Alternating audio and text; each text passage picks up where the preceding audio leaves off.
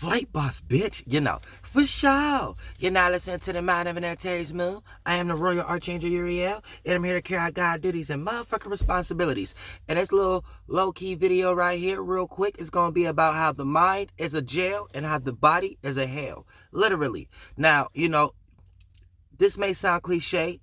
This may sound like the average thing to say, but you don't know how literal this actually is. All the way down to the point that your spirit have became trapped before you became aware.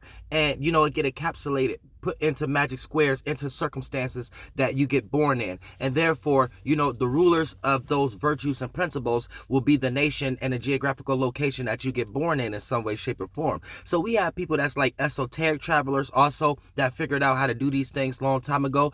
And it's being passed along to their generations as a practice that they're keeping going. And a lot of times spirits come here, and familiar spirits and old spirits that they want to come back, they have figured out how to mummify certain life forms for these spirits to come back based upon desire and natural selection, and encapsulate themselves into this light again based upon wanting to share the bloodline or the ideology to maintain success and popularity over the world in some way, shape, or form from a behind closed doors perspective. Now here's the thing.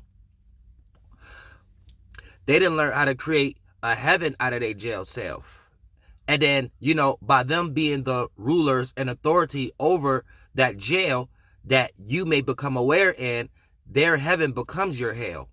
You know what I'm saying? And then for them to uphold their heaven, they end up utilizing you to sustain it in some way, shape, or form by putting you through hell, making you react and respond and take your energy, aka your ability to think and feel, and direct that energy into the area that they need that energy at. And then therefore they drink you dry, and as a spirit you get encapsulated in those mental forms. So when you die or when you're born with certain things that the world make you feel these pressures about, a lot of times this is you realizing that you are in a cage and you're not free.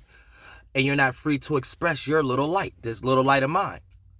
So the shadow government put you in a situation where your mind end up being in a jail.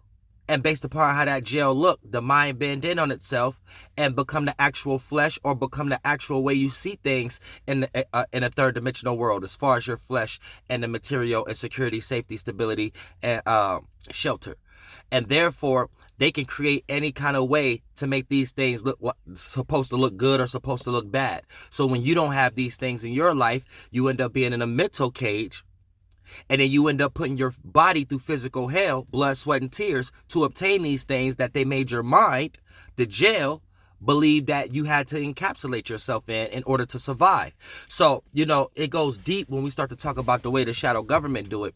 The reason why I posted the post earlier, though, because, I be sick as fucking this motherfucker. But other than that, it took me to this science also, understanding that the shadow government and the spiritual encapsulation and trapping energy that they do right now, as far as spirit summoning and a whole lot of other things where they summon their spirits back down here to carry out the same duties and obligations, and trap the slave spirits back here based upon the slave mentality and the Babylon mentality and the Africa mentality and the Eastern mentality.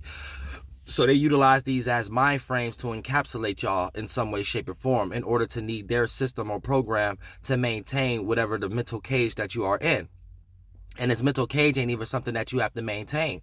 For an example, even getting into race and things of that nature, you have this term called community. But when you get into certain other communities, you got the Israelite community, the African community, the black community, and then when they see other people not upholding these things in some way, shape, or form, these individuals end up being seen as a threat to those people that appear to be just like them. So a lot of times, you need to know that all of these things are mental.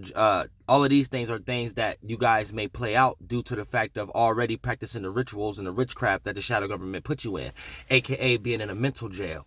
And you have to be careful about being in a mental jail, because a lot of times, if you've been there long enough, you may not see it as a jail, and you may see it as normal. And the way you look at life may be in a preconceived way that may not necessarily be the way it is. And therefore, you building up all these chips on your shoulders, all these resentment energies, all of these insecurities that's based on nothing, just based on because you probably growed up watching Walt Disney. So you have to be careful of that also. But I love y'all from the bottom of my heart. It's just a little quick video video real quick to let you know that the mind is a jail and the body is a hell for your spirit. Now, your spirit create awareness. This what allows your spirit to be free, because it still can have a sense of awareness, but don't create the cloggy dirtiness of it, aka a mind. A mind is an awareness that don't change. So when you could just be aware, but you're not holding on to any piece of the awareness and bringing it into another awareness, it plays out in all modalities and all totalities in existence as you being light and free and willing to go through all experiences light and free with no thought or feeling. So therefore, any mind state, thought and feeling that come together out of that awareness won't be held on to the point that your spirit will be inside it, end up believing that it is that light, and end up becoming that. And then once that light bend in on itself, and then it has an expiration date, because now it's going to be fleshly fluid in some way, shape, or form, the spirit is going to be trapped inside it and not be free, and going to create all kind of circumstances and micro thoughts and feelings, many versions of these things, to sustain that flesh or that fluid or that mind state, because water play out differently in different atmospheres. And you're going to play out a lot of attributes in order to keep that alive. And it might go so low and down to the point that your spirit go down with it in some way, shape, or form. And once you're spiritually damaged, your level of awareness may be so small, and at that point that the mind states that you create is very small. So this plays out as a person having a very small world, no matter what world that they choose to be born into as a spirit.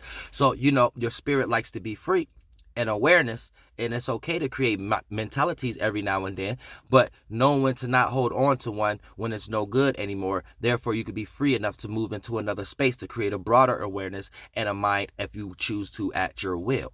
But for the most part, the mind is a jail for the spirit, and the jail becomes a hell once the spirit doesn't realize that it was in jail, because it starts to play it out as a routine and pattern and get comfortable. Therefore, it allows it to bend in on the flesh, become an organ. Now you're going through physical hell, stress in some way, shape, or form, where the spirit is trapped.